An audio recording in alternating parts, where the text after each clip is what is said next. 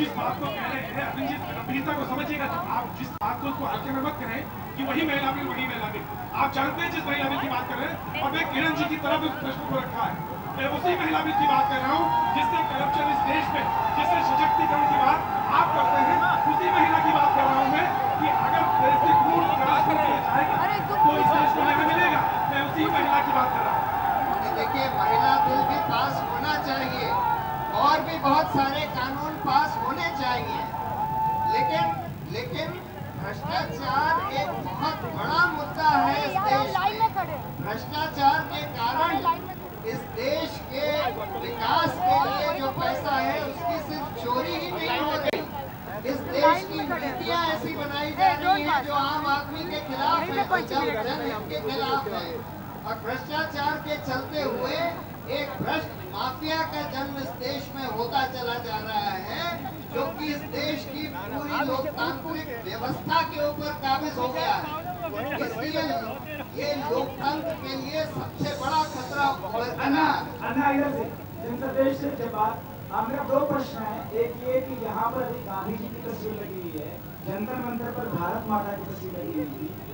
दूसरा प्रश्न ये है, आप जिस जनता की बात कर रहे हैं, यहीं पर जो जनता आई हुई है, जब चुनाव होता है इसी में से उन्हीं लोगों को चुन करके भेजते हैं, तो आखिर क्यों नहीं चुनावी व्यवस्था को आप लोग दुरुस्त कराने की बात करते, जो इस लोकपाल बिल से ज्यादा जरूरी है, ताकि आज जो आप लोग बात करते हैं संसद में बैठे हुए लोग उसको पास कर देते आसानी से, जो कि नहीं हो पा रहा। देखिए, दोनों जरूरी है, इधर और सिचुएशन नहीं है। अगर कोई भ्रष्टाचार करे उसका जेल जाना भी जरूरी है, अगर कोई जो चुनावों के अंदर नीतियां हैं वो भी ठीक करनी जरूरी है, राइट टू रिकॉल भी जरूरी है, राइट टू रिजेक्ट भी जरूरी है, चुनावों के अंदर मनी पावर और मसल पावर का खत्म होना भी जरूरी है, और भ्रष्टाचार के खिलाफ जनता चुनाव में किसी और पार्टियों को वोट देती है, आपके साथ नहीं रहेगी, मौजूद है। यही जनता के सामने कोई चॉइस नहीं छोड़ी जाती। अगर आप उनके सामने ए बी सी और तीनों जो हैं वो दागी लोग हैं, तो जनता के पास कोई चॉइस नहीं होती, तो नीचे होना चाहिए राइट टू रिजेक्ट।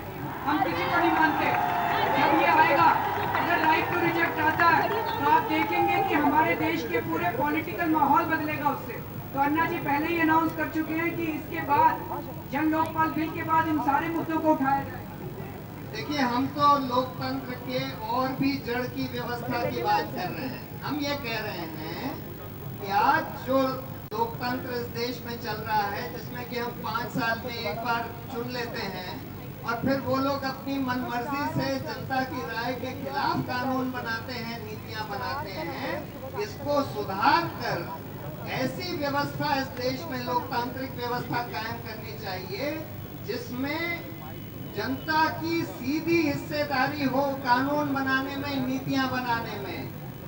ये बहुत जरूरी हो गया है। हम लोग तो ऐसे सुधार की बात कर रहे हैं जो इस देश के लोकतंत्र की वो जड़ से सुधारेगा। बिल्कुल, इस समय अन्ना के एक मिनट, करप्शन जो है ना, ये करप्शन से सारा प्रशासन भ्रष्ट है इस वक्त।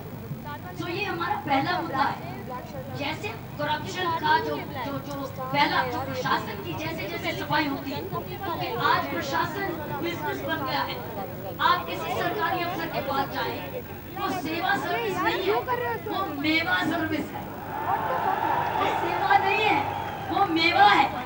वो देखता है कि इसमें मुझे मेवा कहाँ है, सेवा नहीं है। तो सेवा अब मेवा बन गया है।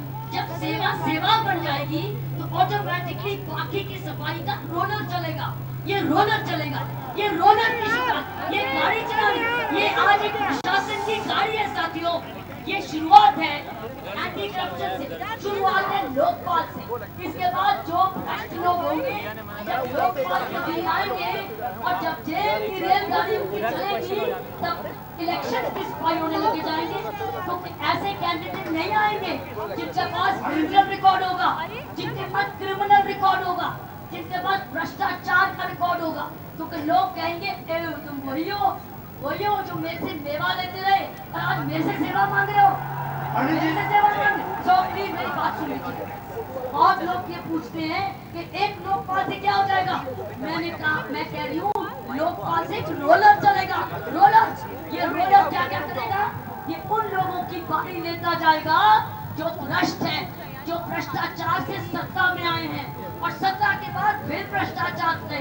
ये रोलर है।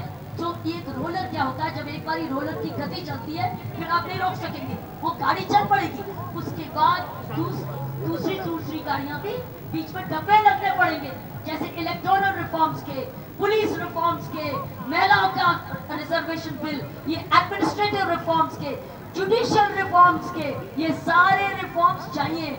हमारे देश पर बहुत ऋण है, कोई काम ही नहीं हुआ 62 इयर्स, सिवाय पैसा का, बिजनेस का, पैसा बनाने का, सिवाय कुछ नहीं हुआ। बिजनेस बढ़ता गया, पैसा बढ़ता गया, लेकिन कोई सिस्टम्स नहीं आए कि इस पैसे को संभालना कैसे है।